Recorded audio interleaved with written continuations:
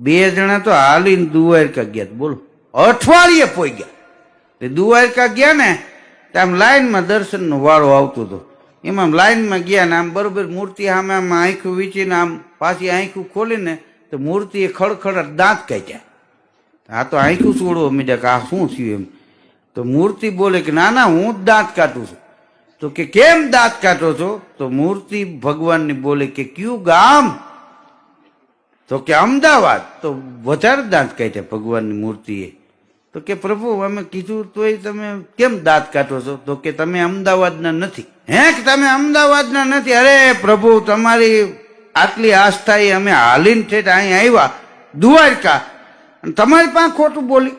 ચૂંટણી કાર્ડ કાઢ્યા. આ ચૂંટણી કાર્ડ જુઓ પ્રભુ, અમે અમદાવાદના છે. તો ભગવાનની મૂર્તિ વધારે દાંત કાઢ્યા.